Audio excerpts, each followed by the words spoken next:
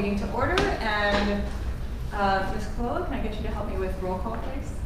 Yes, Rosie Alegado, not present. McKenna Kaufman. Here. Charles Fletcher. Here. Victoria Keener. Here. Bettina Minner. Here. 4 or 5 present, we have 4. Okay, great. We have. Thank you. First agenda item is approval of the December 17th minutes. I hope everybody had a chance to look at it. Did anybody have any edits to the minutes?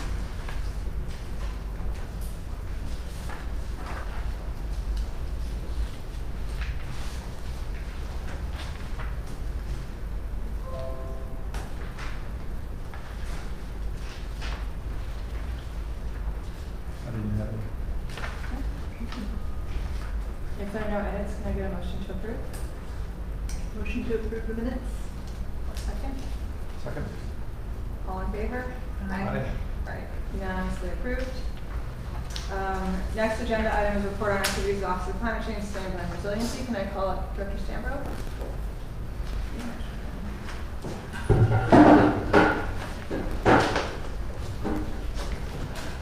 Aloha, Chair Kaufman, members of the Commission.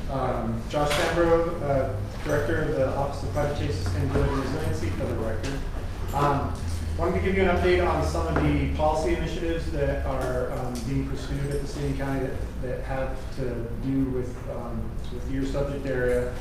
First off is Bill 25, which I know the Commission had weighed in on with support. Appreciate the support of the Commission. That's the Energy Codes update bill. It is up for the second hearing in committee tomorrow at 10 a.m. And there are competing sort of amendments to the bill that will likely get resolved tomorrow. And then there will be one final council hearing after that. We are hoping that the administration recommendations around the amendments, some compromise language that was crafted after meeting with many stakeholders, but still preserving the core of the climate resilience elements of the Energy Code bill, moving us from 2006 to 2015, but with some local amendments that will really make a difference on the climate plan are approved by council. So that is happening tomorrow at 10 a.m. in Honolulu Hall. There's another bill, Bill 2, which is actually has not been scheduled yet, but has been transmitted from the Planning Commission over to council. It's really changing and reforming our parking ordinance, the land use ordinance, and amending the parking section of that. It hasn't been done in 30 years. You can imagine 30 years ago we didn't have cell phones, certainly not smart ones, didn't have the ability to navigate and trade things online, and so there's a lot of modernization that can happen with our parking, unbundling parking so that they're not tied to specific units and they can be repurposed, eliminating parking minimums in certain areas, especially in the high transit areas, so that we can get more space for homes and units and living space rather than spending $30,000 to $50,000 per stall to build. So there's a lot of reforms in this, and we encourage the Commission to take a look at it, both from a resilience and climate emissions angle. Another bill, Bill 40, which is the single-use plastics, disposable plastics bill. I think the last time I was here, it was on the cusp of being signed by Mayor Caldwell. It was signed. It actually makes the city and county of Honolulu have the most comprehensive and progressive regulations around disposable plastics in the entire United States of America. So that will be phased in. It will start taking effect January 1st, 2021, with the full bill to come into force January 1st, 2022. Right now, the office is working closely with the Department of Environmental Services to create the admin rules to really flush out the details around how each item is treated and covered, and if there are any issues with specific types of items that we may need to do carve-outs or substitutions for, given the market forces. And so there will be more to come and updating that process, because there will be a big education campaign starting probably in July of this year, about 6 months out, to make sure that restaurants and other food establishments know what the clear rules are around that. And then finally, I just wanted to let you know that our office is beginning to organize climate change open houses around the island for the first quarter of the year. These will be being scheduled in sort of from mid-February to probably early April. And what we'll be doing at those open houses is really opening up a space for residents, interested island residents, to come in, learn about climate mitigation. So, what's being done on our climate action plan, and how should our climate action plan take shape and be finalized soon. And then begin to start a climate adaptation plan that really covers what are the big impacts that we're going to be looking at across the island, and how should we be addressing those with policy and programs. And then giving actual things people can do. So a station where they can come and get information about, or even take away some items around energy efficiency in the home. What are the realities around electric vehicles and hybrid vehicles, and that kind of thing. So a bit more of a user individual interface rather than just talking at folks with a screen and having Q&A. So we'll be sure to update you on the dates as those get scheduled around the island in different districts. And then finally, noted on the agenda today that we will be talking about risk and resilience and finance. There were several items in the resilience strategy that sort of dealt with budgeting and finance issues. And we will be sure to make sure that the references and the materials that we have when we put together the resilience strategy are available to you as you continue your drafting process, and hopefully that they can complement each other. That's great. Thank you. That's it. Are there any questions? I have a couple, but first open it up. Just a comment, did you hear about China banning single-use plastics? Yeah, I guess they were reading our newspapers. They always follow the lead of Honolulu. Pretty exciting stuff. And it occurred to me, if China can do it, why can't we? But we did. Yeah. Well, and actually, it comes full circle, because I know Councilmember Monahan, who really was the driver and introduced Bill 40, came back from a trip to Manila in the Philippines, where they'd actually taken steps to address single-use plastics there, and he was like, wow, if they can do it in Manila, certainly we've got the technology and we've got the ability to change behavior, and we can do it here. One of the things that's really exciting about Bill 40 is the by request provision. So it's not just moving away from fossil fuel plastics to plant-based plastics. It's also including this provision that unless you request it or unless you assent to have it, we won't be putting straws in everybody's drinks even when you don't want it. We won't be putting plastic knives and forks and spoons in every single takeout bag unless you need it, you want it, and folks can ask for that or have dispensers. But we think that's going to cut down on a lot of waste that just never even gets used. People just get it and throw it out when they need it. So I hope China's doing that too. What were the changes to the electrical code from beginning to where we are now? Well, there were many, but the main big-ticket ones that the significant ones you'd be interested in was essentially modifying the language around. In the original Bill 25, there had been a provision that gas on-demand water heaters could not be used in any circumstance, that there would actually be different technologies that would have to be used instead for variance. Subsequent to the drafting of Bill 25, a court case did rule that the loophole, I guess, that had been allowing much more of those gas water heaters would need to be tightened, and so we have some confidence that that will be happening at the state level. And so the Bill 25 amendment acknowledges that, brings the full entirety of the state law, including the court case language, into the county code to make sure that it's consistent and that residents have choice. And so whoever's going to live in the home making the decision if they wanted to get a variance or not.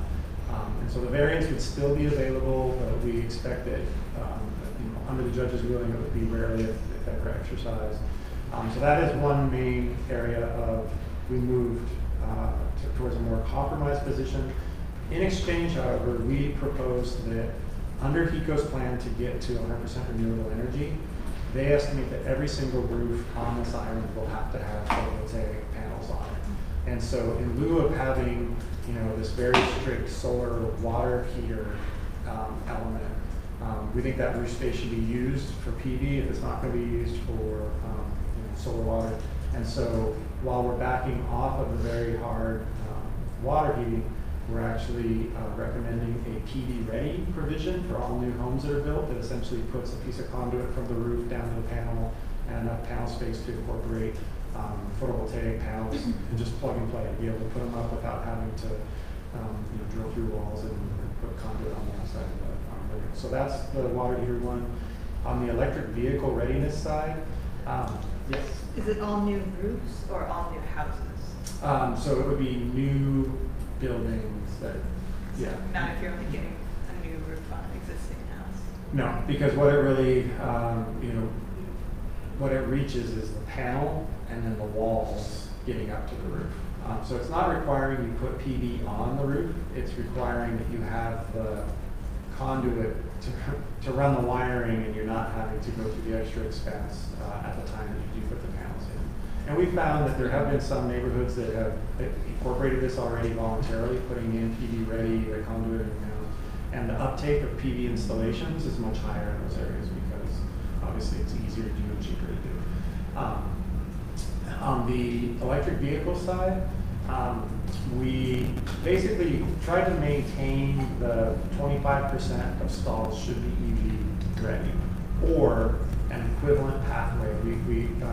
One of the compromise pieces was to give developers more flexibility about how to reach the same equivalent amount of car charging that you would get out of 25% of EV ready stalls. This language is quite innovative, actually. We haven't seen it elsewhere in the country. But essentially what it does is it rewards developers and folks that are building new parking to say, you can either do 25% EV ready with the wires in the ground, or if you want to go the extra step to actually put in an active charger, and especially if you put in a big charger that can handle multiple cars quickly, you'll get more points for that. And so it allows the developers to choose to shrink the footprint, and instead of having, say there's 100 parking stalls, 25 of them would have to be wired, they could actually shrink it down to, as low as 4 or 5 if they had fast chargers that were ready to go from day one. So it basically rewards putting in the infrastructure now up front and concentrating it and making sure there's more turnover than just being ready down the road. So those are the two big ticket items. So I understand we're catching, I forget what the kind of gas is called, but we're catching gas from our processing plants. It's methane. From the water. I know it's methane, but there's a sort of a name, reuse or regenerative. Yeah. Would that work for the gas heaters that we're talking about in the tropical code? So the tropical code is a separate provision. Well, just what you're talking about. Yes. Yeah, so the new energy code, no, because so I guess let me back up a little bit. In the original Bill 25, there had been a provision that said water heating shall be accomplished by renewable energy. Renewable energy was defined as 90% renewable content. So if you had reused methane gas from water treatment plants that comprised 90% of the gas going into that home, under the original recommendation in Bill 25, that would have complied. However, since we've dialed it back and we were basically allowing state law to stand on its own, we want to mirror state law, whether there is renewable content or not in the gas lines is moot. So they would be able to get a variance. Right now, the actual renewable content of the gas lines is somewhere between 2 and 3%. So nowhere near the 90, but again, we have confidence that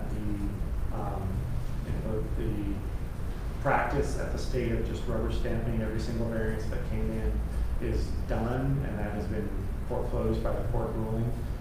And in order to provide consistency, we wanted to make sure that we are mirroring state law, and then in lieu of that, really going to make sure that all the space is used for, if it's it's not used for solar water panels, it's used for photovoltaic solar panels. Thank you. Yeah. Great, thanks, that actually answered a lot of my questions, but, do you have a sense of the timing of the parking ordinance bill 2 being heard? Because I do think that's something that the commission should try to weigh in with testimony. I mean, I've worked with Ms. Vong to continually submit Bill 25's testimony, just so all of you know. So like, we, I think, submitted it today for the hearing tomorrow. So I think, you know, if helpful, I think we'd like to do that for Bill 2 as well. It's very pertinent. Yeah, so we don't know yet. We'll see at the next full council meeting if they pick it up and assign it to a committee, and then that'll start obviously the process where you have to go 3 readings at council, 2 readings at some committee that it gets assigned to. It's a 3-month at minimum process for them, so you definitely have time to take a look. It's online, the bill is there. We have some materials that help explain, you know, it's big and it's thick and it's meaty because it's the entire parking ordinance. But yeah, we welcome you to review it as a commission and weigh in. Great. If, maybe Layla, if we can work together to sort of compile materials and share them in a usable way for the commission and people. Anyways, we'll talk about this later, but I think it's my comment for now. Sure. We can point to where it's at the council website. Great. Anything else? I had a question about the open houses. How many of them are you having? We'll see. We're going to try to shoot to do at least 1 per geographic district around the island, so hopefully 9 at minimum. And obviously some areas are bigger and further apart and there's distinct communities, so I would expect somewhere between 9 and 15. We definitely want to make sure that they are equitably distributed around the island and that the times that we hold them will be in the evenings or on weekends so that people can attend and have the time to sit down and talk with us. Are there, is there any public testimony for this agenda item? Thank you. Thank you. Next agenda item is communications and correspondence from the public. I, to my knowledge, have not received any. I don't know if any of the other commissioners have, but okay. So I think we can just move on from that one, right? I don't have to. Okay. Next is the discussion on draft climate and financial risk white paper. So everybody should have received the draft when the agenda was sent out, and it was also made publicly available.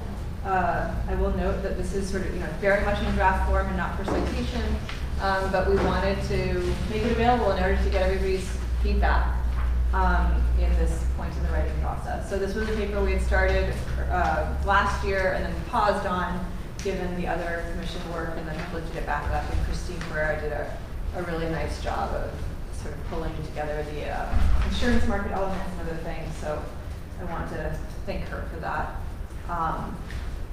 And kind of get into this. So I know we've never really figured out a very nice way to do this, so let's just think about Rosie. Yeah. Sent her comments, and I thought she made a lot of great points. Me too, and I have her version open on my computer. I thought because she wasn't able to make it and she sent in her comments that we could just start from her version and talk through it and then add from there. Can we get this? How do we hook up to the projector? Or is it? Yeah. Should I go over there?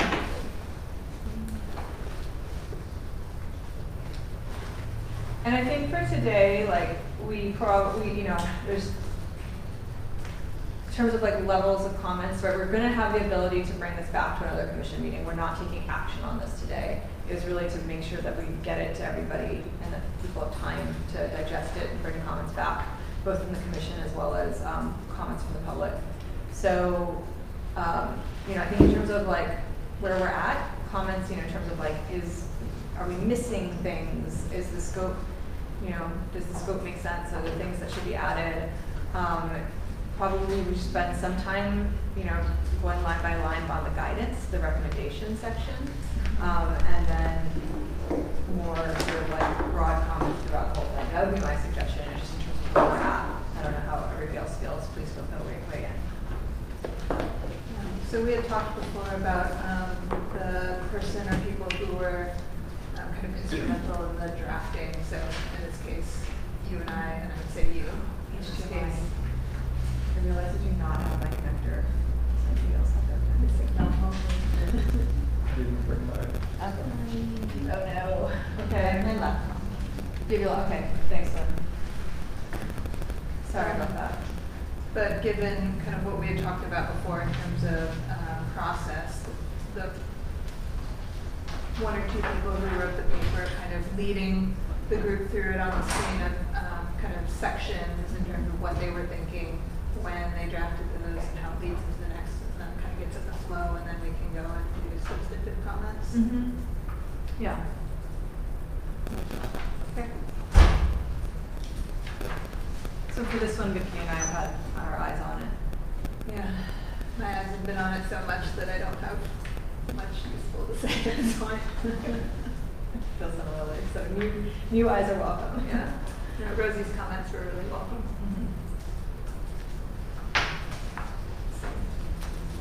Well, while we're getting hooked up with the projector, I mean, I think everybody has access to it. It was definitely posted online with the agenda, if you want a physical copy. Are there broad comments and feedback that commissioners want to share?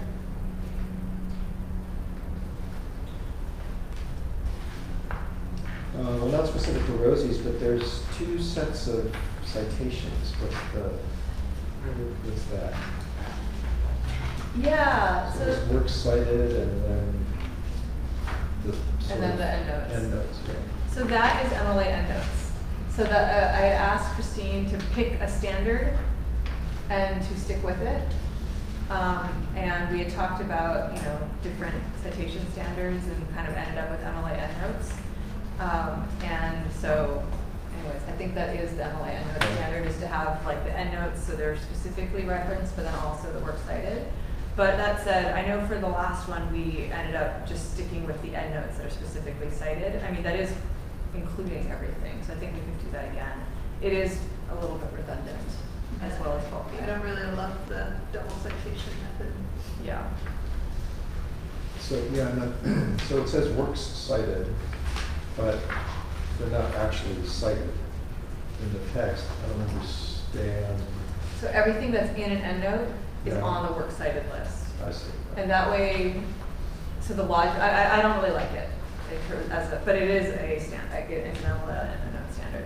But like the logic of it is so that if you're reading through it and you see the endnote, you can find it in the endnote.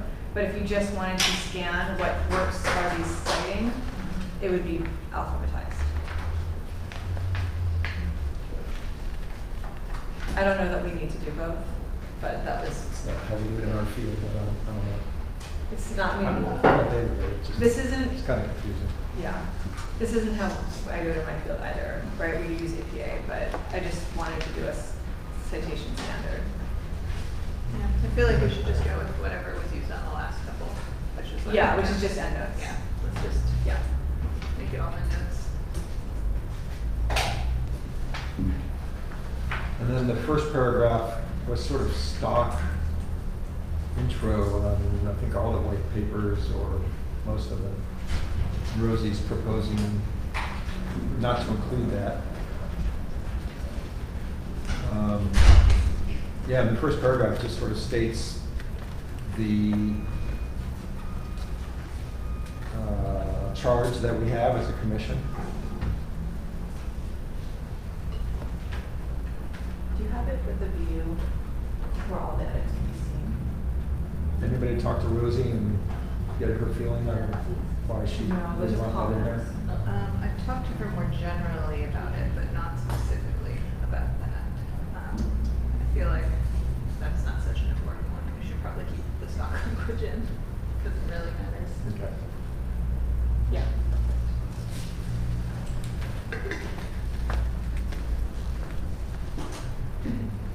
Okay.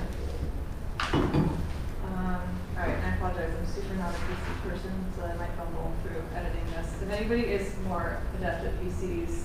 You want me to do it instead? Yeah, that's okay. I like don't even know how to undo a track change.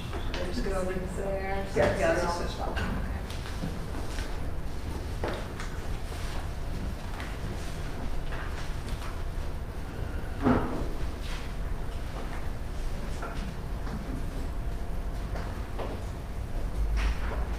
So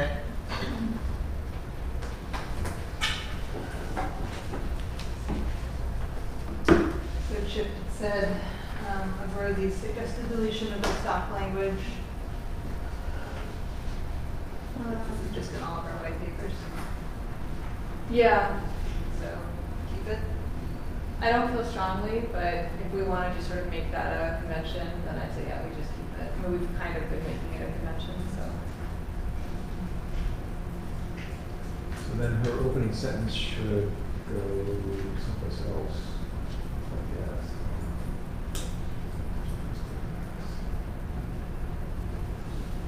It was the opening sentence of the summary of key findings. Oh, it was? Yeah. And then she moved it up there? Yeah. How about we put it back where it was?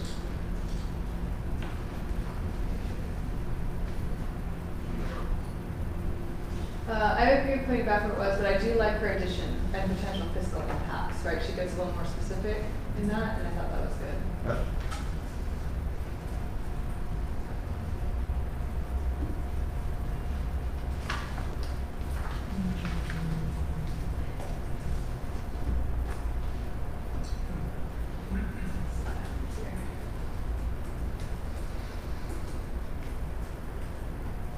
What was it? And potential fiscal impacts.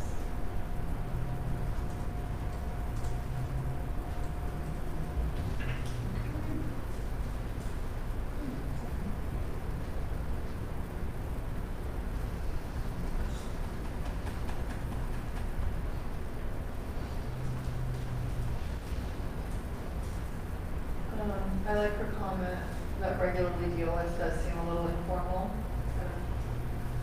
Drug city departments that build and maintain infrastructure.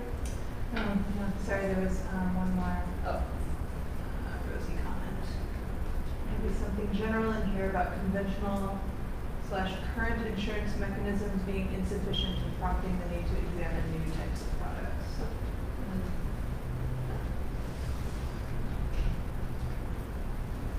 yeah.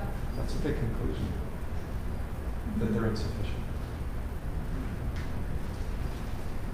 And that would be like a key finding. Yeah. Say that after all this work had been done, Yeah. we found that. I hesitate to say that they're insufficient. Yeah. And I think that's where we've been struggling with this paper a bit, is that there's no like key finding, right? I think this idea of we need to better assess, and part of the reason that we don't know is because a lot of the data is not transparent. So it's hard to then say it's insufficient because part of it is that we don't know, right? Right, and insufficient for what? Right. It's yeah. So. But I take her point though, that this needs sort of like a wrap-up motivation sentence, right? So maybe something about how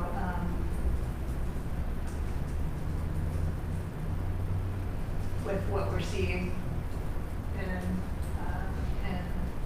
Given the rise of extreme weather events. and the resulting collapse of several traditional insurance instruments.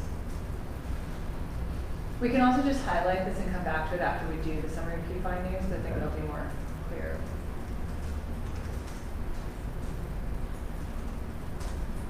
And then up above that where she says of what, I don't know, I haven't figured out the grammar yet to make that work.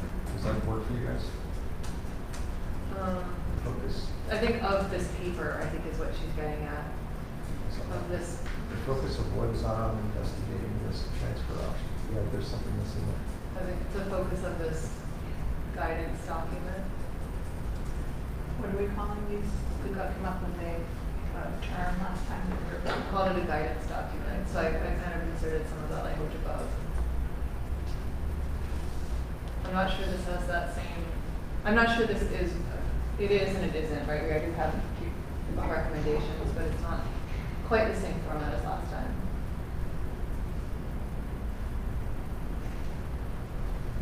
That paragraph should be revisited. Yeah.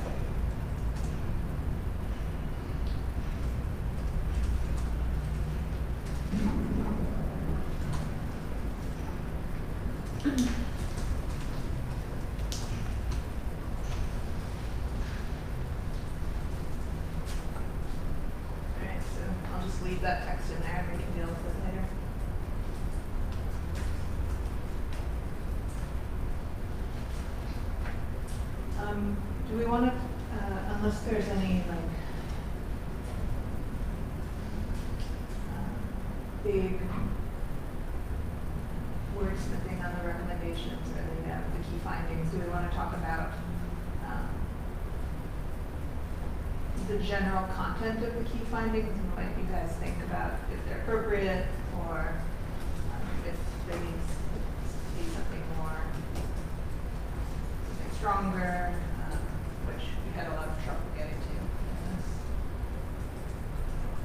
to. Yeah, I think that's kind of the right level, because we can do some wordsmithing in between, right? We're not taking action today, so. Yeah, and we can do wordsmithing, everyone going through the document on their own.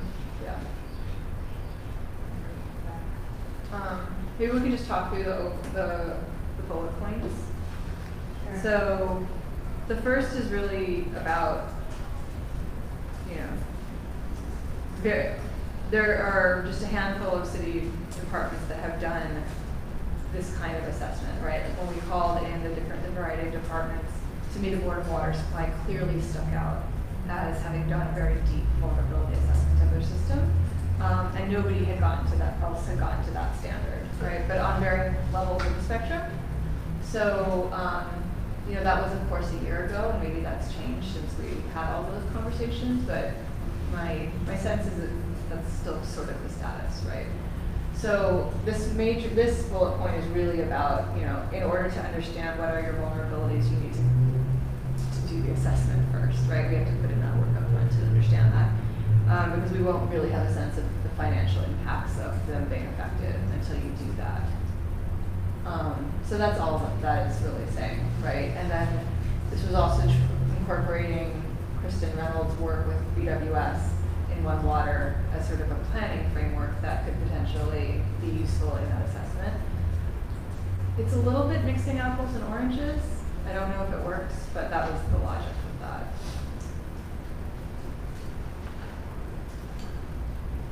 So the finding is to direct city departments that regularly deal with infrastructure to assess how climate change shocks and stressors will impact their systems and long-term budgetary requirements. Can I ask, so Josh is gone, Matt, can I ask you to come up for a question?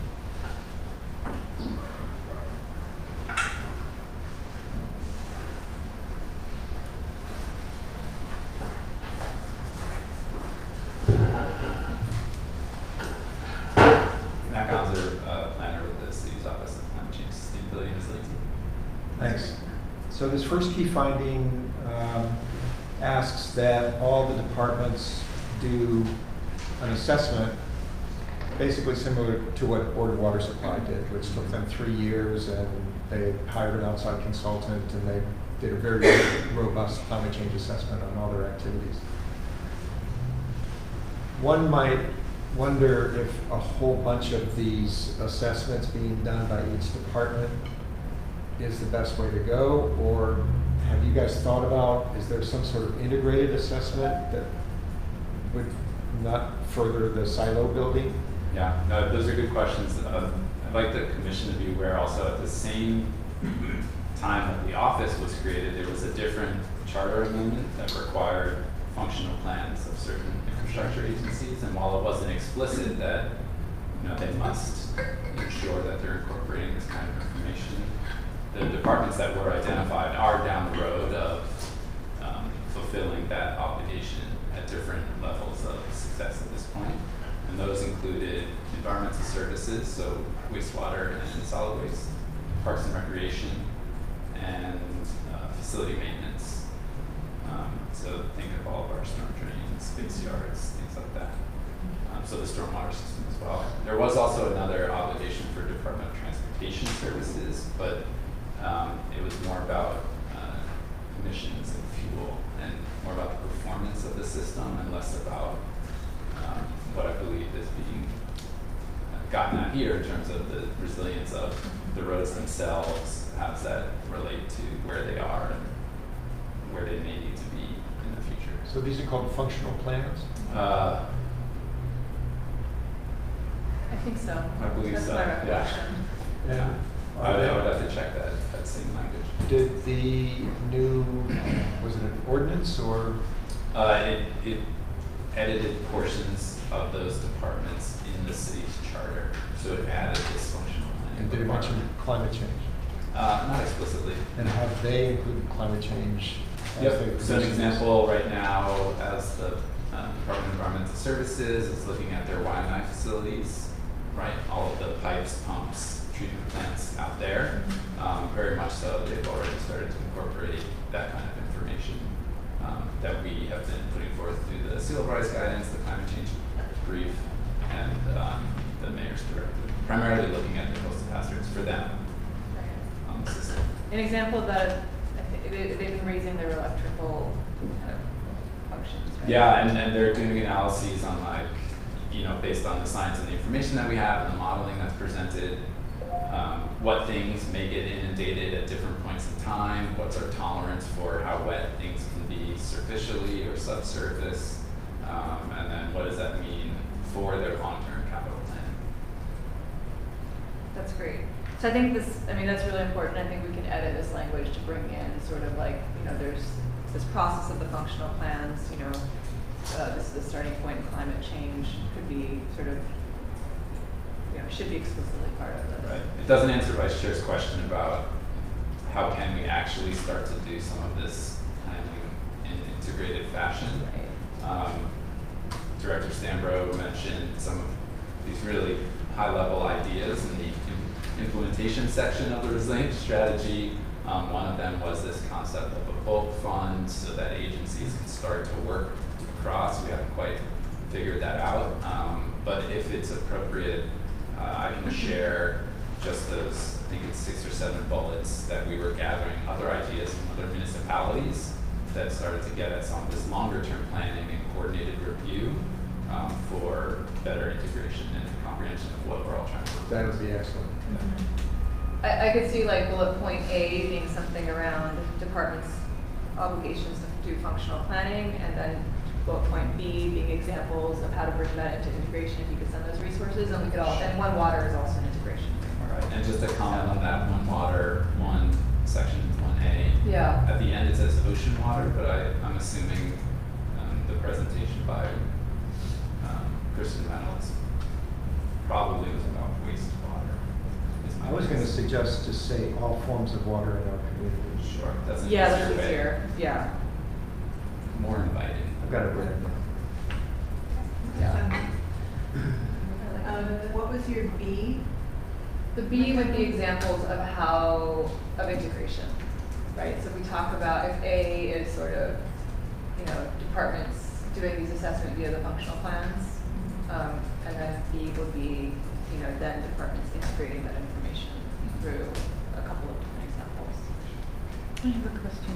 You mentioned that the individual departments are kind of down the road already in the process. Mhm. When do you think they're done?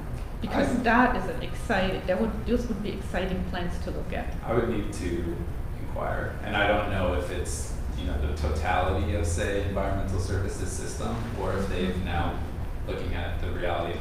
The function of their functional plans is that not all of the systems are connected, right? So Yeah. a Y&I facilities plan versus Sand Island treatment plant to Honolulu.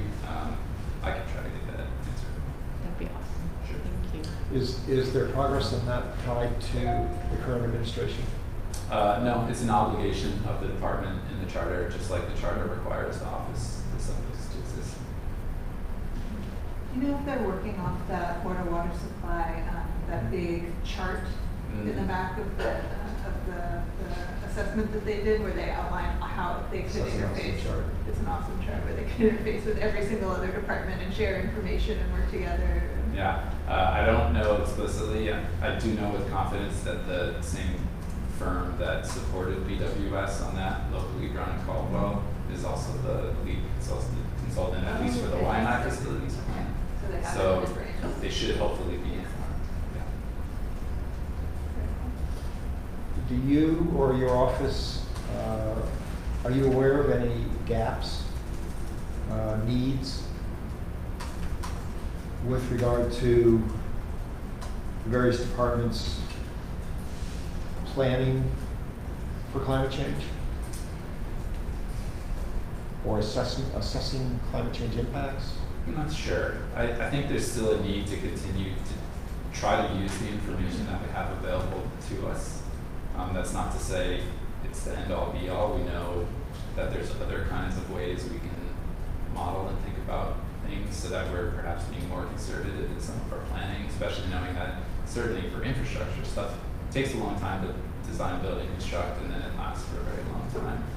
I can't speak for the other departments and how they're doing some of their asset planning at this point.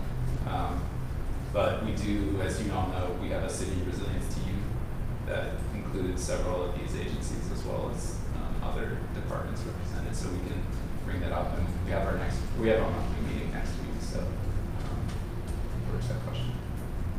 Do you have an idea specifically? No, I'm just thinking that, I don't have a specific idea, but planning for climate change is an opportunity to break out of the old mold of planning. Not just, okay, how do we plan for sea level rise, how do we plan for drought, but really a whole new style of integrated interagency planning along the lines of One Water. Yeah. Right? Let there be no walls separating our thinking. And we are exploring that further. So there was the presentation here, or sort of a follow-on presentation a couple of commission meetings ago. We then subsequently brought Kristen, facilitated by Board of Water Supply, to the City Resilience team to think about what are some of the things we can try to do, at least within this year, to better formalize that kind of a process. Sharing of resources is not so easy. That's why exploration of that bulk fund is something that we really thought was important to try to crack and figure out, and we're trying to continue to do that with budget and fiscal services, especially on the capital planning. I really like that you look into what other municipalities are doing and what their practices are. That's really So even Kristen Reynolds' white paper had some similar examples that we had done, but since she wrote it a year after we produced the resilience strategy, there's even additional good ideas that we could consider. Awesome. Thank you, but don't actually go anywhere, just. I'll be right. Thanks, Matt. Okay, that's very helpful. I think get some of the edits and then we can apply some of the edits. So, add some language towards, your example of one water is perfect. And I liked your edit around where water encompasses all forms of water in our community. Yeah. This first sentence, though, of key finding number 1, maybe it could be edited to reflect the integrated planning idea. Yeah, I agree. Add a couple of adjectives in there so that it doesn't suggest individual departments do this planning, but that integrated departmental planning or something like that.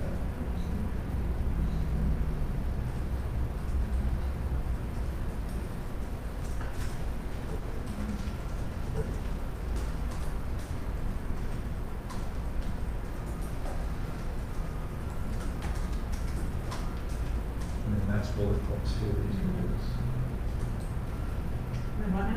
Matt's going to give us, he has something like 6 bullet points that he got from other cities' practices. He'll provide those to us. Would those be in the key findings? Yeah, it has to do with this key finding that we're looking at. Just need to watch for those.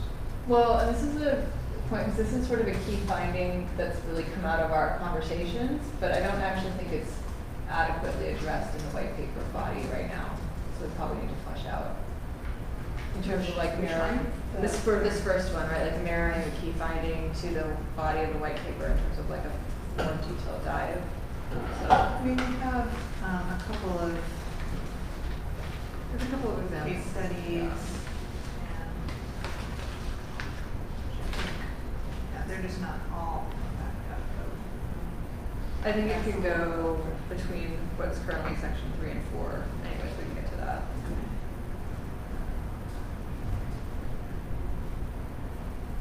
Instead of messing with the language now and putting a lot of these things in comments on the side. I think so.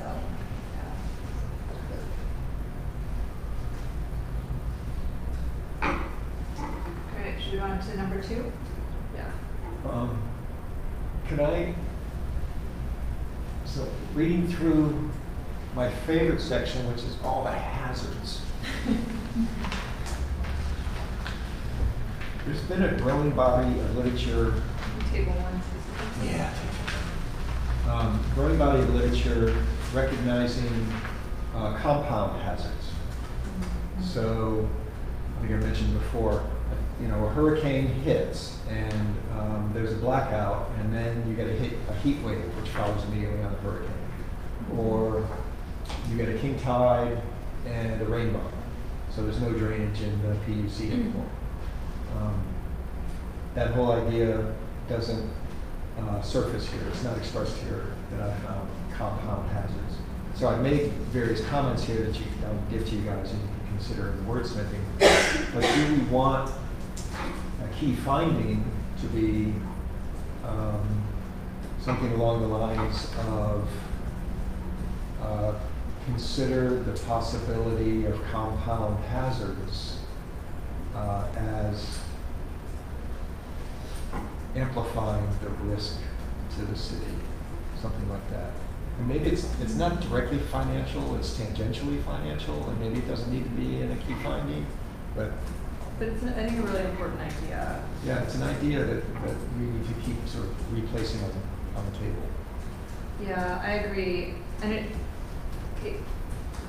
it's very quickly in here, but maybe not prominent enough. It's like right above table 1, but it's only a couple sentences, and like, so there's this. I like the idea of putting it actually in the table as a specific thing. Especially because the only thing that we found that would really make sense for looking at something like parametric insurance would be a hurricane. Like that would be the only thing that had a large enough damage impact. But a compound hazard, you could, but I don't know how you would take out a parametric policy on a compound hazard. Like you'd have to bet on storm, flood, blackout combo or something. It's getting weird.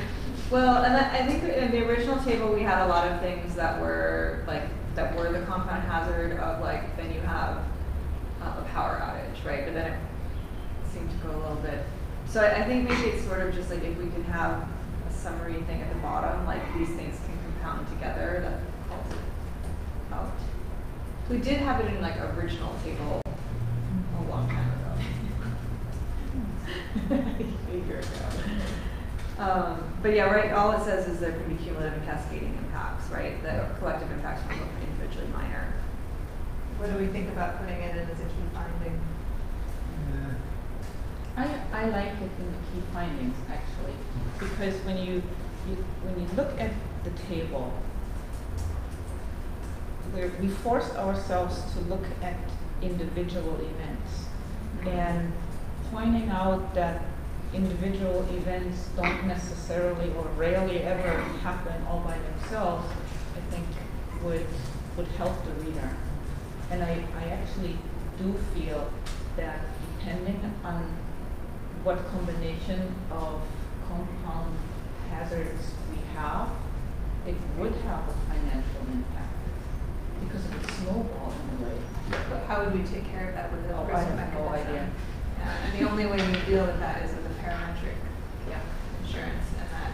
But like you said, that's almost impossible to How would you define. put that package together? Yeah.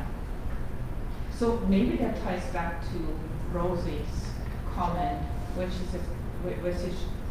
she suggests the need for a new type of product. Maybe that's where she was going, all the way at the beginning. Of course, I'm putting words in her mouth now, but. Yeah, that's a nice idea. Way out of the city's purview. Right, but it's an interesting concept to sort of have surface through this, that climate change is bringing odd, brand new combinations of things that the present insurance market isn't prepared to handle. Can parametric insurance be based can the parameters be based on loss, economic loss? Or do No. they have to be physical? They have to weather? be physical triggers. Okay. But indemnity-based insurance is based on economic loss. So Right. so traditional insurance markets actually deal with compound hazards better, right? Because they're based on losses. So like the example of losses that we have on page 4, there are, within these examples, there are elements of this that are compound hazards, right? And so the expectation would be, you know, that you could, in theory, tease this out to say which portion was what and what portion is like the combination of these two things making it worse, right? So,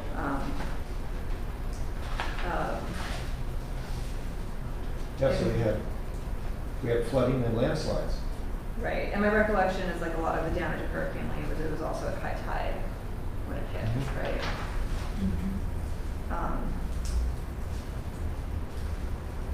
But, I mean, I think there are products that deal with it, but they're not probably, I don't know, they're probably not parametric products. But they could be indemnity-based products, which, which I'm learning all about. You know, so cat bond triggers, for example, can be indemnity-based or parametric-based.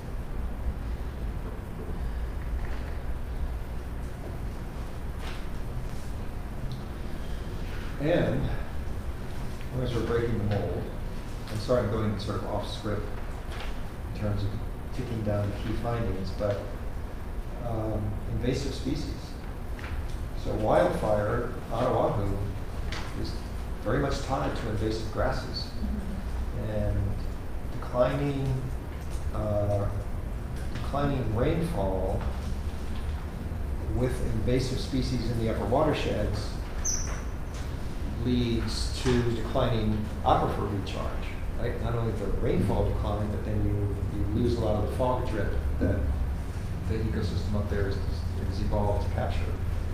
And landslides and rockfalls, invasive plant life changes the anchoring nature of our steep slopes and the loose material on them.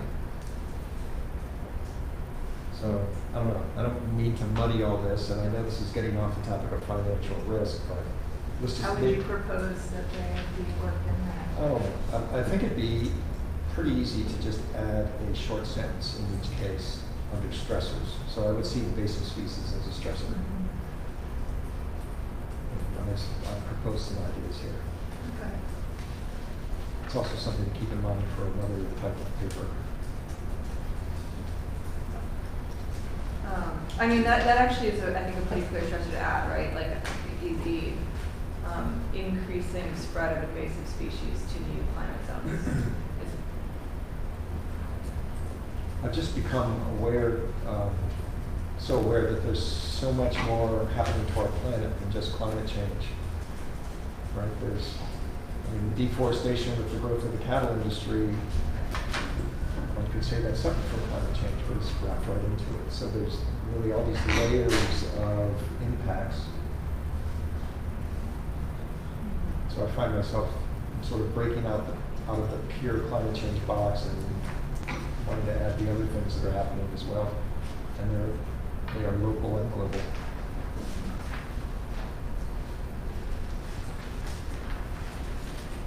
I actually think that they are connected. When I'm asked to talk about climate change, that's all in there. Yeah. Because in the end, it's a conversation we've had. We have the cost and we have what offsets it. So how much forest do we have to offset some of the costs? So for that, to answer that, we need to know how much forest we have. And if the forest burns in Canada, Australia, and South America, then we are having, okay, now I'm getting on my soapbox, we are having the brilliant idea of reintroducing wood products and as structural members in construction, including high-rise, then I'm scratching my head and wonder how sustainable truly is that? Mm-hmm. So, Yeah, I think I'm ready to write it now. Excellent, so that is the next agenda item, so save that thought. Yeah, I agree, they all map onto each other, it's a Yeah. very complex mosaic. I just made a note in recommendation to maybe talk about how compound hazards how we could work that into number 2. Great. Maybe that would make sense as a place to put it, so explore the risk transfer products. I actually think it goes number 1, right? It's part of your vulnerability assessment, because you should be doing vulnerability assessments along this idea of table 1 as discrete things, but also as they connect into your systems. But then also looking at potential insurance products that cover Right. compound hazards. Right, so they could just, we could mention them in the middle. So maybe Vulnerability that's like assessment. just pointing out that that would be a traditional indemnity type. Yeah, except I think it's gotten so much more complicated, right? Which is why I've been trying to stick to this alternative risk transfer market language, because that's like the highest level of catch-all. Because these specific products can be configured in so many different ways. I don't know. That's kind of why I've moved to this alternative risk transfer market language as like a safe catch-all.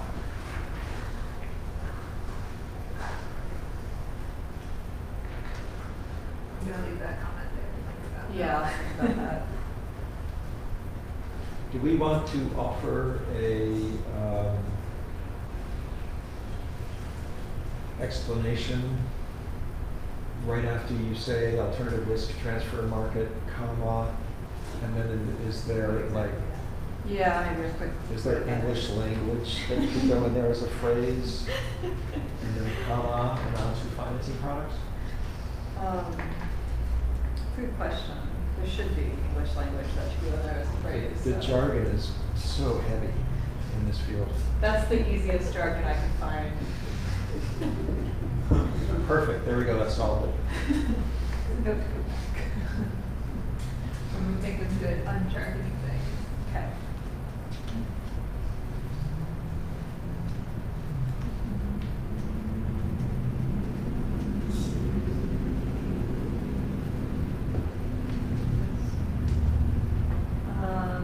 Okay. I think the examples are okay. Insurance like securities such as catastrophe bonds, parametric insurance products. Well, okay, the only confusing things about this is catastrophe bonds can be parametric or indemnity based, so by separating them it's actually a little confusing. Sorry, I've had such a hard time teasing these things out.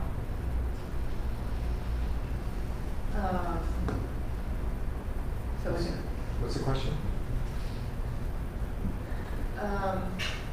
insurance and securities such as catastrophe bonds, right? So that's accurate, I think. But then, and the second is accurate also, but by putting them together, it's dawning on me that that can be confusing because catastrophe bonds can be parametric or they can be indemnity oriented. So, yeah, exactly. But by juxtaposing it, it seems like they're juxtaposed and they're actually not. Anyways, I can change that language of the second bullet point. I'll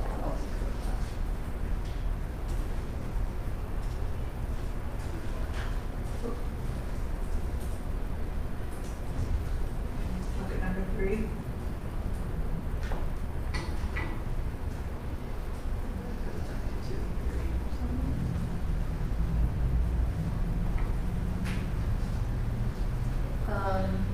I think Rosie's comment about like for what is really, really valid.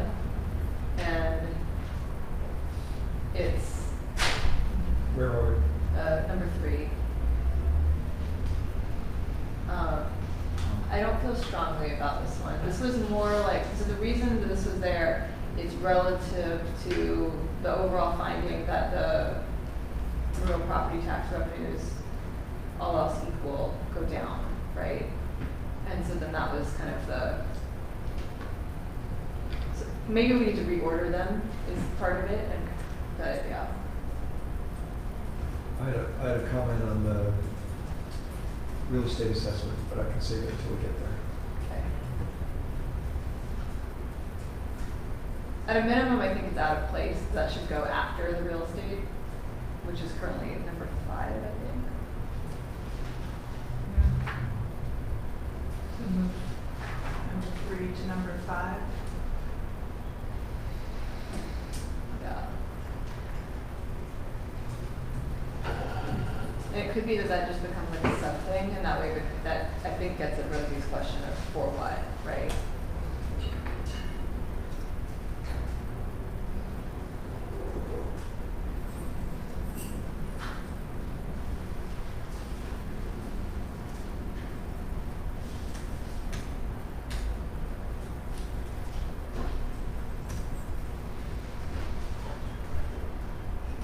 I don't know why these numbers aren't working.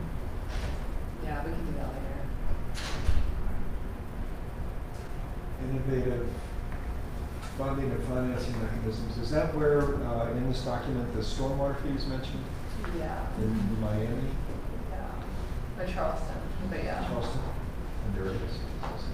But I think we should, yeah, I think it could be something like consider alternative funding mechanisms in response to property tax revenues. So, Relatively speaking, right? In response to what? Well, I think if we make that like a subsection of what's currently numbered as 5, then it becomes a little more clear that it's in response to that.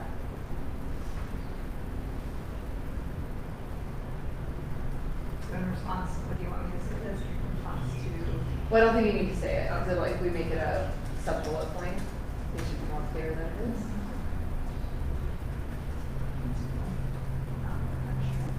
Oh, there we go. And we can word says that. But I guess- the city doesn't have any taxation authority at all, does I mean, not at all, but limited. it? What does it have in your category of other fees or something? Go to where the city gets its dollar. Yep.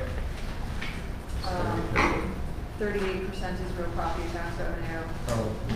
there's fuel tax, and then it goes through every revenue source the city has. Oh, it's not taxes. All right. I have a comment. I think it's really hard to, I like this point.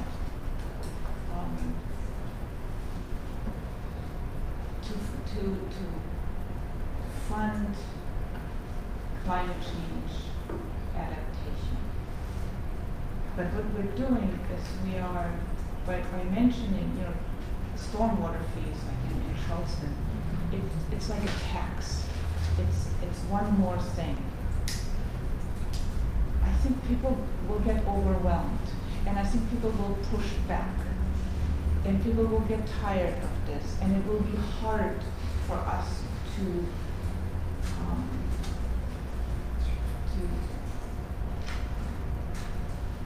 move forward at the speed that we need to. How about we're flipping this? How about instead of using the taxation method, how about we incentivize? So you reward those that do the work that needs to be done by not having to pay taxes.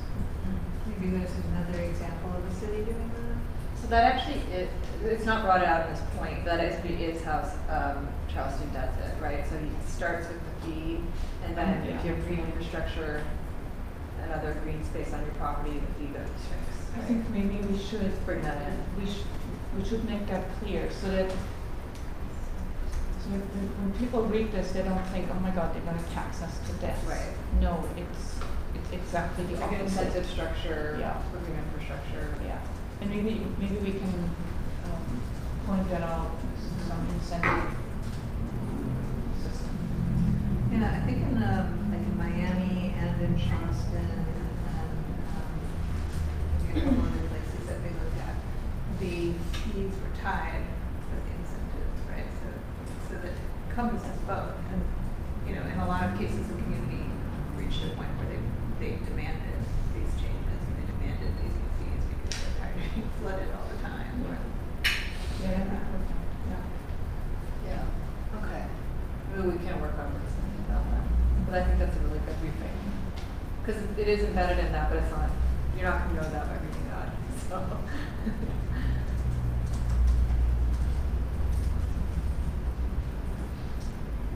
What about back up to 4? Work with the Hawaii Department of Commerce and BCCA Insurance Division who regulates the admitted market to make more transparent and available in the aggregate private insurance data.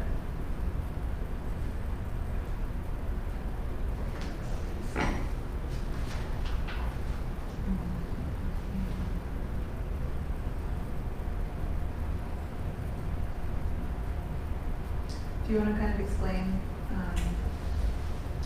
Yeah, so this thinking came with this one, McKenna? so we had our, the meeting with, the insurance point person at BFS, John Hayashida, where he came to talk to us here twice, I think. And then in follow-up, we talked to him as well as, there was a change in state insurance commissioners since we called in the insurance commissioner a year ago. We had the prior insurance commissioner, Colin Hayashida, has since taken that position, and so Chip and I went to follow up with him as just chair, vice chair, kind of let's reach out kind of thing. And something that became very apparent was that we were asking all these questions, where can we get this data on hurricane coverage and homeowners policies? And the answer was, it's not public, right? So there's no way the city has a sense of exposure. There were ways, though, that it could be made public in the aggregate, right? There's just privacy concerns, but made public in the aggregate with sort of new reporting requirements and things. Can we make some assumptions based on public data? Because hurricane insurance is mandatory if if a mortgage is in place. So there should be data that shows, I'm not sure if there is data that shows what house is fully owned and which one has still a mortgage on it. I'm not sure if that's a census question. Is that, do you know if that's a census question? I don't know, but I can. It's possible it is. Because then we could go Back that route and make some assumptions. About a minimum. Yeah. Right. Yeah. That's the question.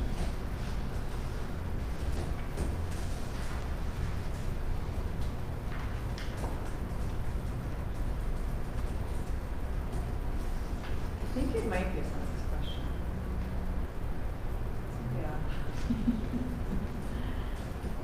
Yeah. Anyways, that's the logic behind that.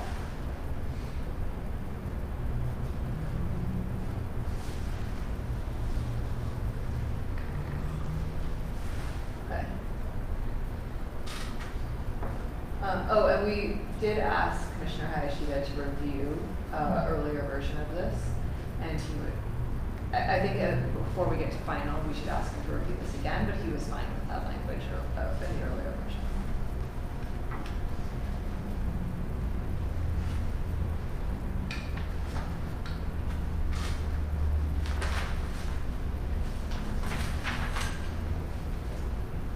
How about the beginning of our last one on property tax, where we moved?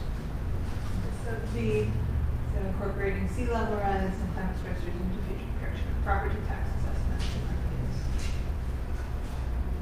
First, adequate city budgeting. I mean, Rosie's comment is budgeting of what? That is basically the whole city budget, right?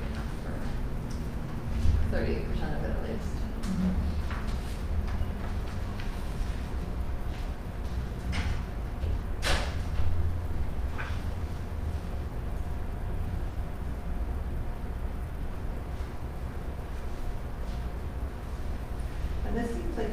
be kind of necessary, given sea level rise directives, right? When including sea level rise exposure with, say, under having to disclose if you're in a sea level rise exposure area, right?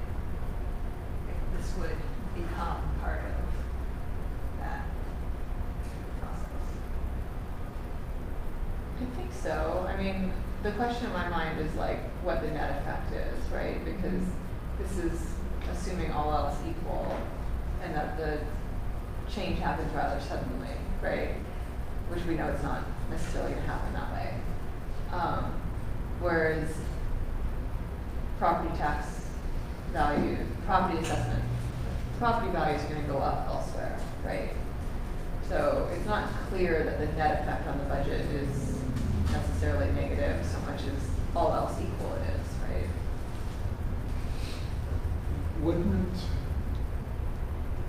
so as city services need to continue to go to increasingly exposed properties, won't there be an increased cost to the city? And shouldn't tax assessments rise?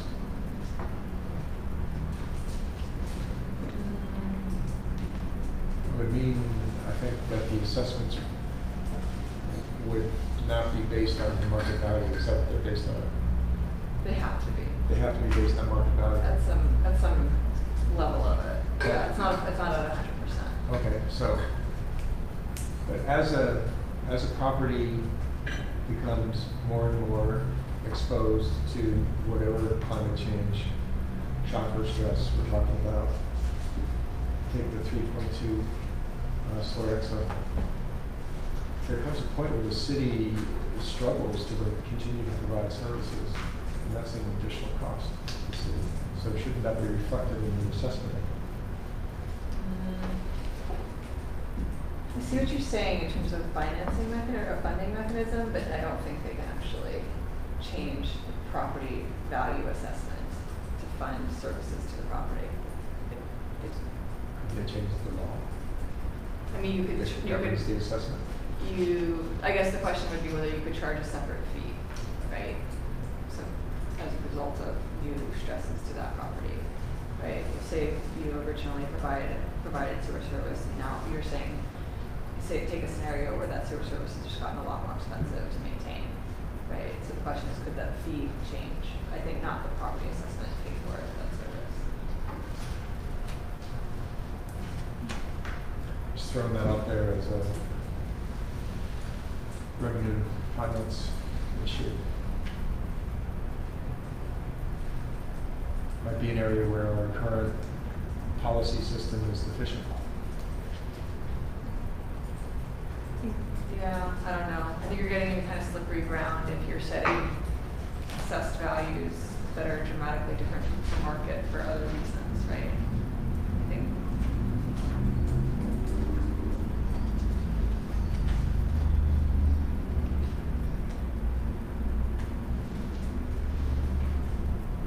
Okay.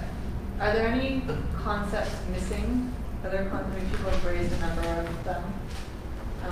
The idea of counting hazards, sort of flip into defensive systems, the functional plans. Are there any other concepts missing to these set of recommendations? I don't know if, I mean, the economic language is so dry. And, sorry. I don't know if the sense of urgency comes through about, like if we should put something more in these, you know, when we, maybe even before the key finding in this opening paragraph, we talk about municipal credit rating agencies. I forget which Canadian city just had their credit Moody's downgraded them because they were too dependent on fossil fuels. And that was like the first time that had been done. So actually citing that and then Bangladesh. Bangladesh also. was downgraded. Or Calcutta, it was the entire nation. Well, this is like a wealthy California city. was, Oh. California was built through wildfires, so. Yeah, so like maybe talking about some of the downgrading to stress that to the city that this is urgent and this is happening. Yeah. And we are seeing insurance collapse across the United States, not in so far off place. You know, Yeah. as on a side note, it doesn't have any impact on this, but some of the professional insurance that we have has gone up substantially in price. So I asked our insurance people, I said, why? Because our business hasn't changed. And they said it will go up substantially more in the coming years. And this increase, which for us is pretty substantial actually, is because of the wildfires on the west coast and the storms on the east coast. And this is an insurance that, I mean, it's professional liability. It has nothing to do with climate change, no matter how you stretch it. So I am, it doesn't fit in here, but it's in my head. We don't see how far these impacts are. Yeah. They ripple. They ripple through everything. Yeah. I mean, it's professional liability insurance. It has nothing to do with it. You would That's a good point. put that in the compounding risk Yeah, I don't know language somewhere. where it would, I'm not sure it would go, it's more of a, I need to feel it might be worth mentioning. But I like what you're saying in regards to stressing the urgency. So we have key findings and we have a recommendation, right? We have a recommendation at the end, so the urgency should be in the recommendation, no? Or is there a key finding? Yeah, I think we actually, the last one we worded this as summary of recommendations, so that's probably what we should word this as to it. We can go back to that.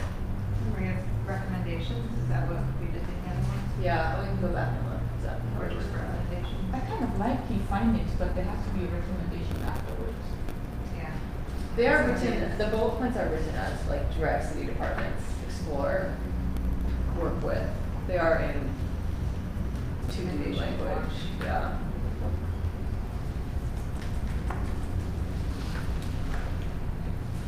But no, I take your point, Vicki. I think that examples of credit downgradings as a result of climate change, or I mean, there's a handful we can bring into that. So that's good. And then something, I think in this explore the alternative risk transfer markets, I think we can bring in urgency there in related to, you know, our coverage is maybe reasonable for what we have, but like really isn't going to cover us for a large event at this point. From the city perspective, right? So we can wordsmith that, but you know, that kind of idea of like these large events, these events on the tail of probability that are happening more often, we don't have covered.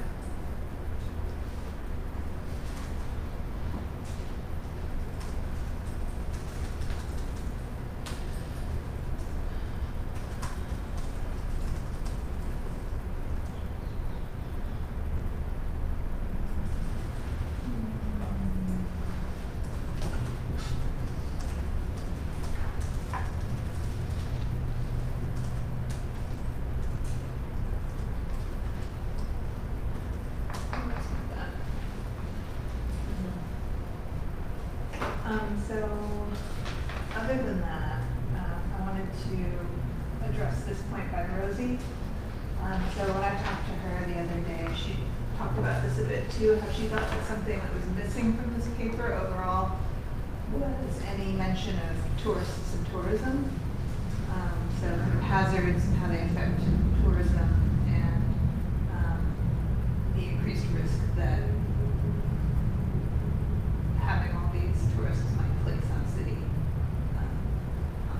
and how to capture that. So I said I would bring it up. I thought it's a valid idea, and then I thought that maybe what we need is if we mention something like that there, if there's any data to back that up, then she talked about having one of our new agenda items for the year be a white paper on climate change in the tourism industry on Honolulu. I don't know what toes we can say on it. I actually do know what toes we can say on. But she was interested in that. I think it's not far-fetched to consider at least mentioning it here, because we are, as a state, are heavily dependent on the success of our tourist industry. And if that is impacted, we'll all feel it. Yeah, look at Kauai with Hurricane Anita. I actually have done some, this paper's kind of, anyways, I did some post-Aniki assessment of, you know, it was tourism, visitor spending, but also things like per capita income and personal income and other metrics of economic well-being. So, I mean, I'm sure there's more recent stuff, but that's the only thing I've ever worked on that sort of like had a tourism element. It's a great example. I mean, just like you have Quintana Roo and the reef thing, it could be that short. A couple of fun facts about Aniki and Kauai. Yeah. Everybody got rerouted to different islands is the fun fact. I am, you know, when I talk to the business community, the question of what's the future of tourism in Hawaii constantly arises. And the first example is, okay, Waikiki gets flooded out, you know, what does tourism look like? When do the investment markets decide, you know, funding a total redo of some hotel down there, $200 million, is no longer a sound place to put their money. I think a white paper along all the lines of our dependency on tourism that gets into the future as well as the current would be a really interesting thing to produce. So I think that's a great idea. But as for this white paper, putting it does feel like a good place to do a sentence somewhere in here acknowledging it, and then we can flush it out more later. Yeah. In another way. Or guidance document. Okay, so I'll leave. I think just leave the comment. Yeah, I'll leave the comment there. We can figure it out later. Given that we've gone through 1.5 pages, maybe this is a good moment to pause and see if there's any comments from the public. Any feedback, public testimony on the recommendations of this section? Any? I think Come on up, Henry. We all know you, but introduce yourself for the record. Henry's always got something to say. Henry Curtis, Life Land. I came late because I spent an entire day on performance-based regulation and incentive mechanisms at the PUC. So your comment about incentives versus taxes is very interesting. The PUC separates that into two categories. What you would do without the incentive and what you would do because you're incentivized. So you don't want to give somebody an incentive for something they were planning to do anyway to save their property. That is. No, good point. And the other thing on Rosie's point of how climate change impacts tourism, it's how tourism impacts climate change is the other side of that. Just two thoughts. Thanks, Henry. Those are great points. Any other comments? Thank you. Let's see. Let me do a time check. It's 5:30 now. Can I make an overall suggestion? Yeah. I feel like the most important thing that we went over today was the key findings and kind of getting at that. And then if people send their comments on the rest of the paper, and as we integrate all of the recommendations and the key findings, then a lot of that will change the rest of the citations and support in the rest of the paper as well. Yeah. So I think that's doable, right? Like, you sent your comments to Win, then we send them to Vicky and I. Yes, okay. And like a lot of, there's a lot of good information in here. Maybe you should pass that. No. I'm a Luddite. Plus I have this nervous reaction to track changes. Anyway, Wayne, where's Wayne? Some comments, I'll pass them to you. So my recommendation would be that we take the key findings and all the modifications we've made today, integrate all that feedback along with everyone's comments, kind of given what we've talked about today, and then bring back the revised version. Okay, I think that's, I agree. And I guess before we kind of close out this agenda item, then, if anybody has any like big comments on the body of the paper that you're like, please change this, please include this, you know, a burning thought on what is missing or mischaracterized or. I like the direction it's going into. I struggled with this paper from day one because it is such an abstract, very, very technical topic. And I almost hate to admit I start to like it. You have broken me down. We'll make it a little less dry. Do you like the little case study boxes? I, you know, the graphic people, they always have a special appreciation for that kind of thing. Something like a picture. Helps with, what does it say? It's 1,000 words, words. 1,000 words. Yeah. Save this.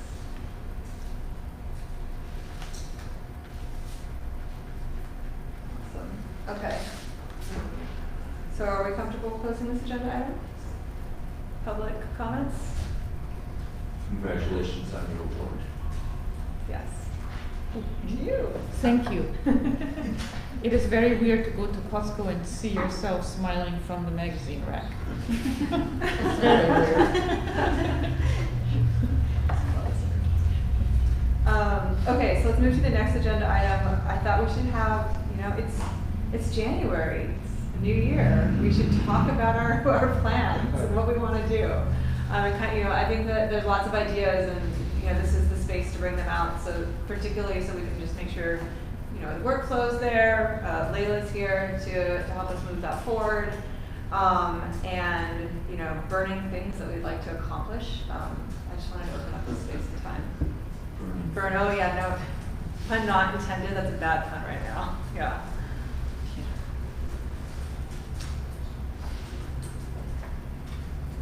So in terms of open white papers, there's this one and there's the equity paper. I can give an equity update. Yeah. So Rosie and I met, started working on that, and she has some great comments, as we all knew she would.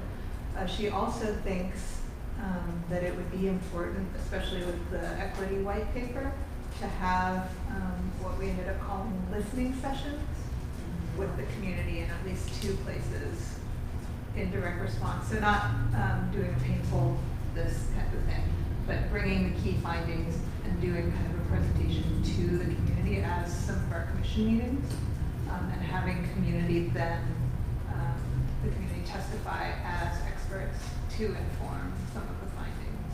I like that a lot. Yeah. So we want the paper to be not completed. So yeah, we would. We don't want to go say, hey, here are our findings, No. and have them testify. Thanks for consulting us. It'd be more like, here are the key findings that we've Here's our- identified so far. What do you guys think? What are key things? So I went through a meeting like this morning. Even the idea of a straw man, which is how I love to run a meeting. So beforehand, you prepare a straw man, you have a meeting, here it is, let's figure out how to improve it. That did not go over with the people at the meeting I was in this morning. The straw man itself needs to be built by a strong community process. So I would modify that suggestion to that we actually begin with the listening sessions. Given that we already have this paper drafted and some recommendations, but more, maybe frame this as, Well, then have the listening sessions as soon as possible. yeah. I mean, the idea is that it would be directly incorporated into the recommendations of the paper, and, you know, if there need to be a section extracted from what comes up, that's what we would do, but. Yeah, so we are where we are. But, you know, So we maybe probably not bringing shouldn't this make, strong. we shouldn't make much more progress on it until we have heard from the community. Yeah, so that's what Rosie and I also decided, that maybe as soon as next month, that we should have, and she proposed having 2 community meetings, maybe one in the Satellite City Hall, where's that?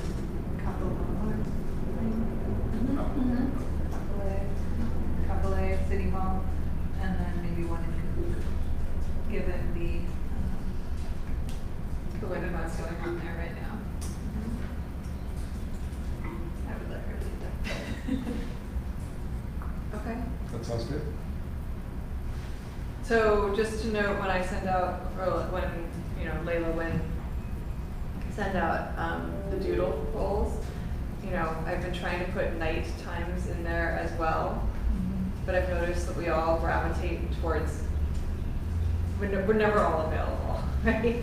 This was kind of a weird hybrid right now, which is why we decided to have it back in this zone, because it was like a end of workday, not quite time, right?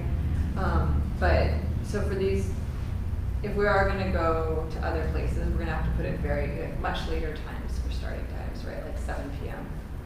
And I know that's, can be difficult, but if we can try to make that a priority, I'm just gonna say, try to fill out doodle polls with some late times too. I have meetings that start between 7 and 7:30 every week.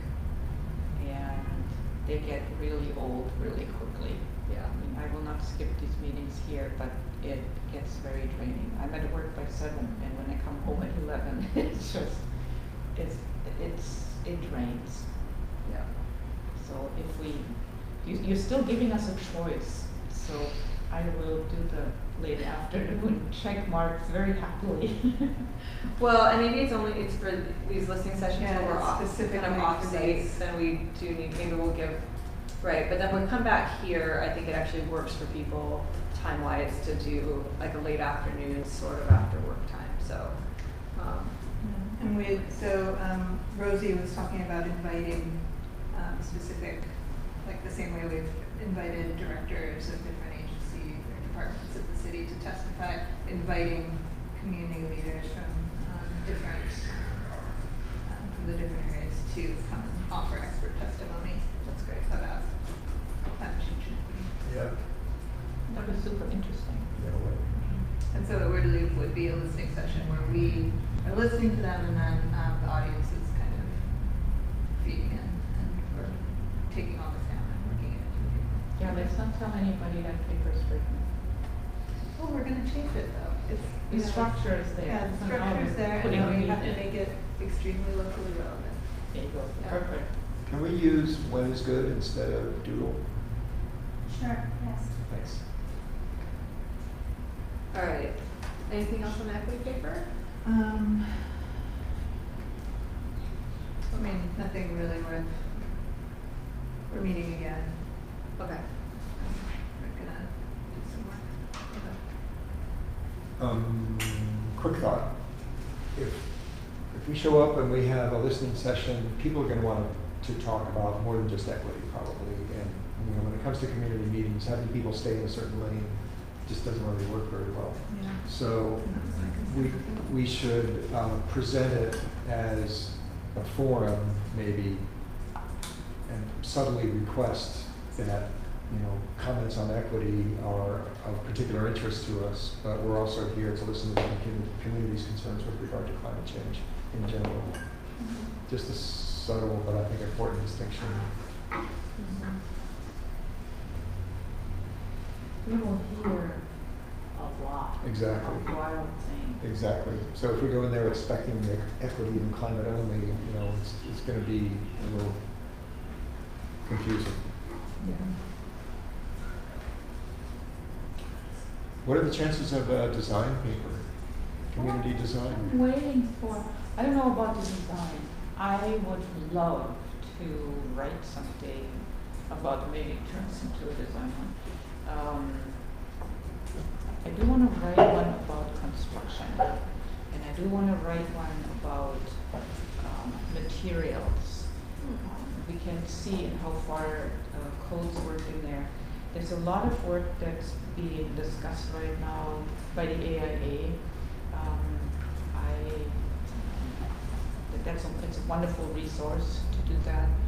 Our firm just made a commitment to hitting certain resiliency and sustainability goals. Certain buildings in net zero and net zero carbon is that's the thing in our industry right now. And while it's part of my daily vocabulary, I am not sure how familiar the general population is with it. I don't think it's a very difficult paper to write. I can take a stab at it, and maybe we have a conversation of what you guys would want to see in it. But I think it's time for that. What excites me about this is, if you look at what our purpose is, we are tasked with suggesting policy, potential policy, I don't know what the right wording is here, to city leadership. It would be so powerful for the city to embrace some of those zero carbon or zero energy goals. It would be so incredibly impactful that I think that alone would be just wonderful. And we're working with our clients on it. We're doing a lot in our on the private side. We're doing a lot on the architecture engineering team level, but nothing is as powerful as having a government client say, this is what I expect from the construction industry and the design and construction industry moving forward. And it excites me because of its impact. And it's also something, we can do something about it. This here is somewhat a frightening paper that outlines the problem. The paper that I engage in the alternative versus transfer market. Okay, that.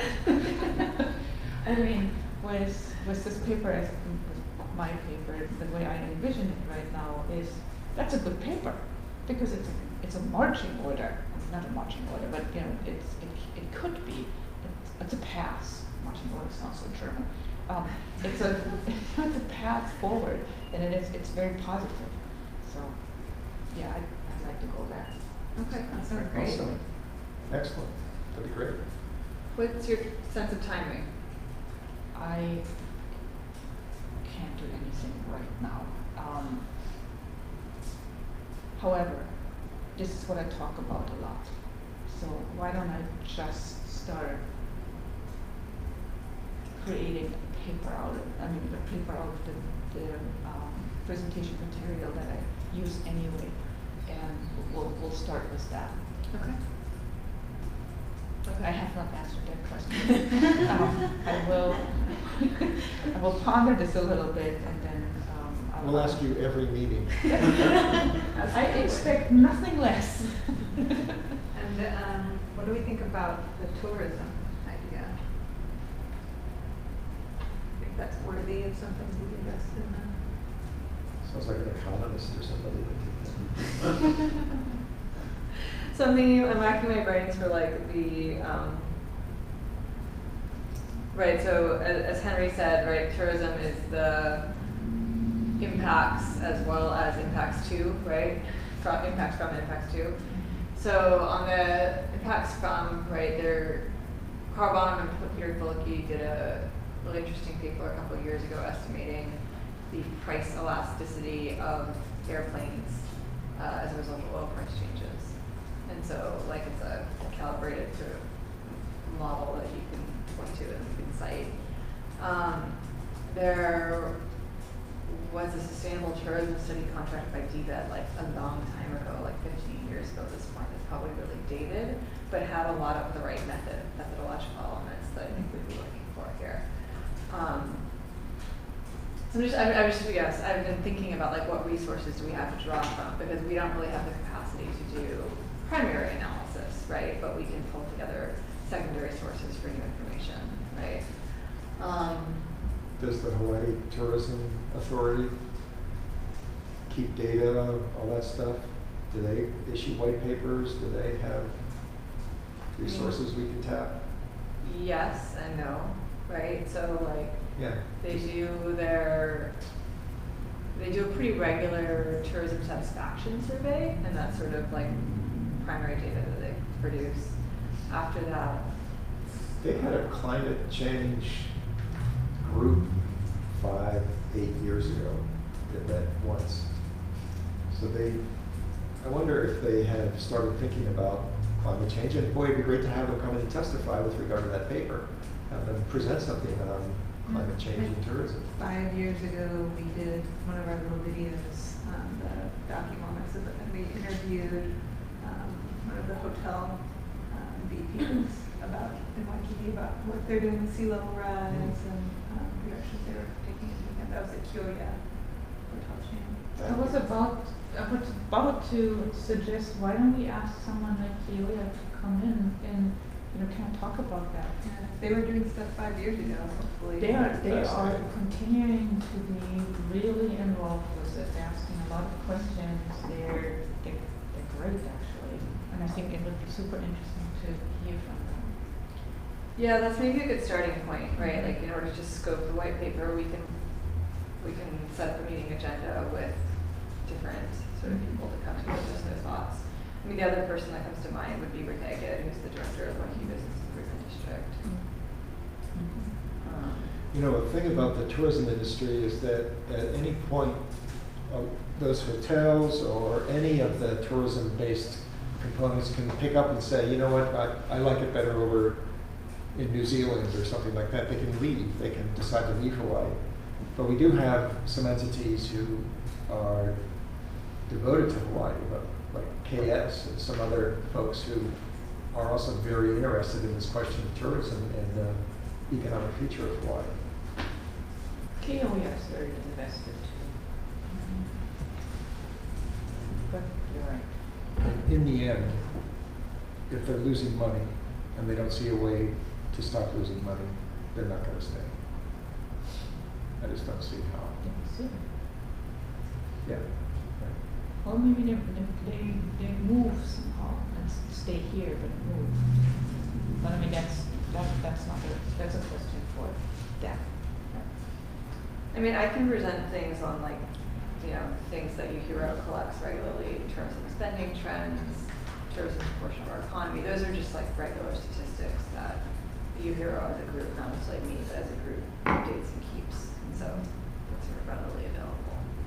Yeah, I like the idea of setting up a meeting and hearing from people, experts on tourism impacts. And thinking about how we might frame that. About a paper on climate change in the Hawaiian community.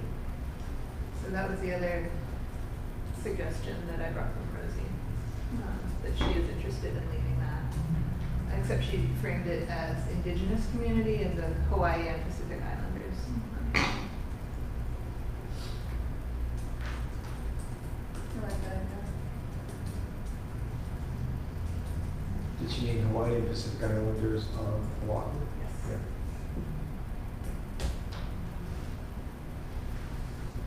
Right. If we actually accomplish all of these, that would be a miracle. So that's a lot. I mean, so in some of them it gives,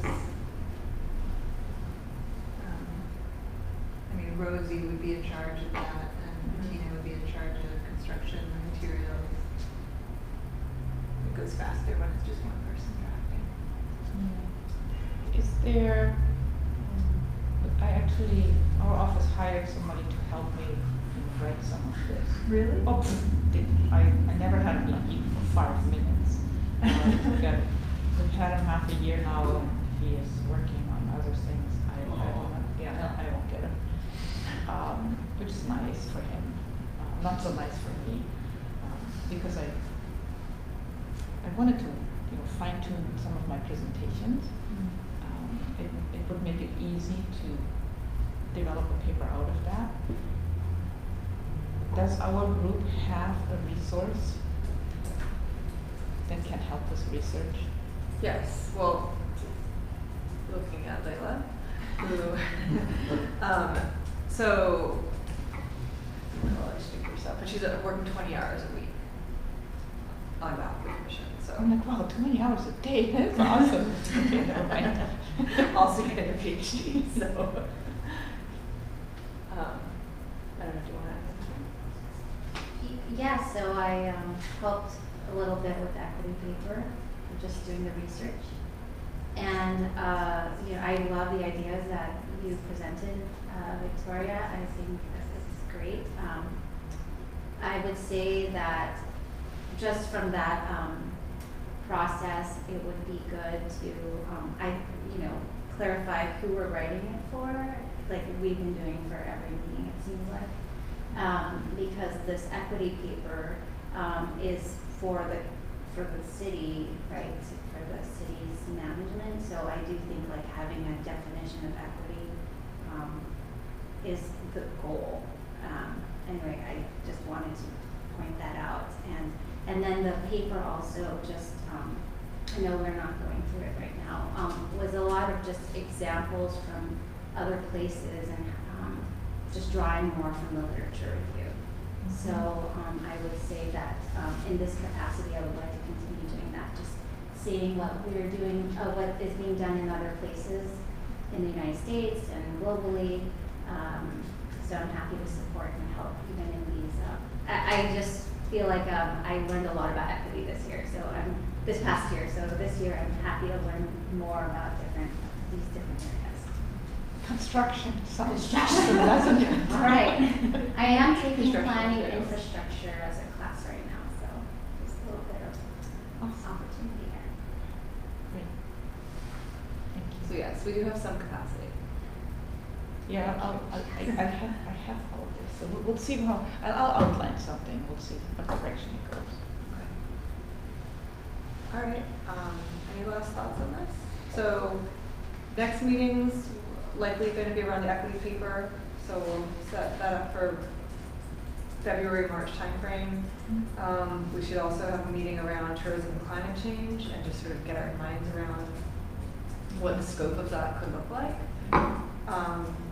And then also, I think, follow up on this, keep asking the timing about construction materials, and if you can start working on that and reach out. I have something already, so I might actually have an outline right away. Next. And so whenever you're ready to present it, I think you can just, you're allowed to individually email me to say, I'm ready to get on the agenda, right? So, and then also, Getting to to good the Rosie. financial back on the agenda for. Yeah. So send all your comments, we can incorporate it. There's a few other people I'd like to send it out to comment for, like all, again, to Commissioner Hayashida, things like that. But hopefully the next time we see this, it will be wrapping it up. Hopefully. Any other thoughts?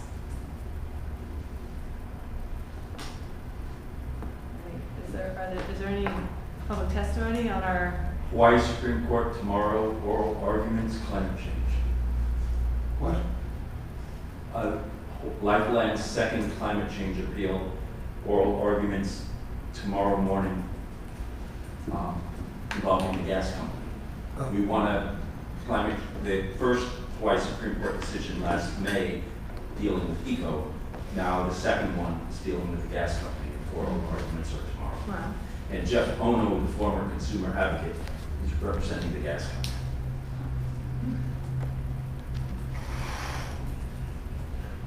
Any other public input. So this is agenda item 8. Thank you, Anna. Anything else? Okay.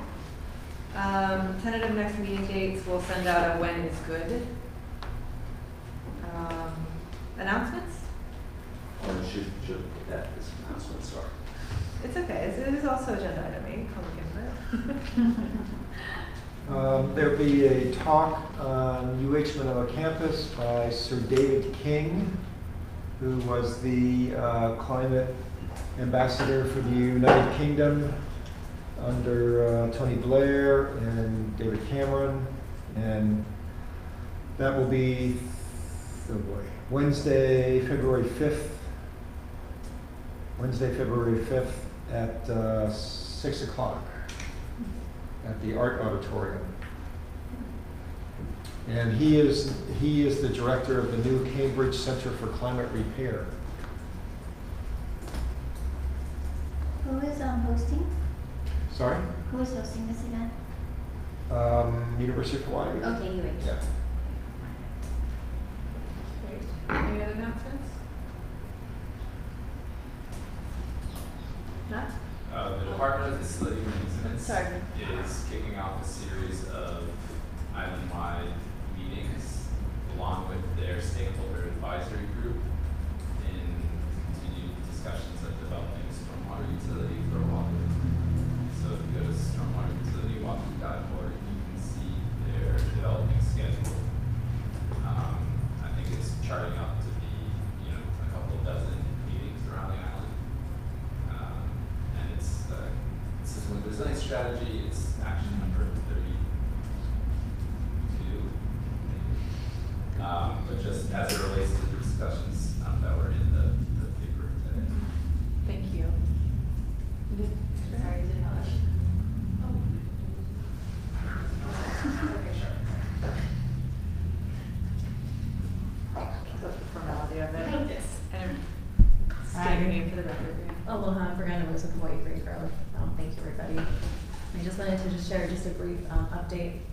Been in touch with many of you already, but we're doing a 5-year report on the Aloha Push Challenge over the next couple of months. It will be coming out publicly in July, but a lot of it's going to be building on the OLA resilience strategy for the cities. I just wanted to kind of share that with you and just offer to provide kind of updates as we go along over the next couple of months. It will be a consultative process with partners, and we'll basically want to make sure that we're featuring the most up-to-date reports and data relevant to resilience and climate change and disaster risk. So just wanted to share that with you and then keep you posted and updated through the city office as well over the next couple of months as we prepare to release that and make sure that we're reflecting all of these pieces. So that's all. Is that the same or distinct from the voluntary local review? Exactly the same, yeah. So we're doing our 5-year report and it can serve as our voluntary local review to be shared with the UN in July 2020.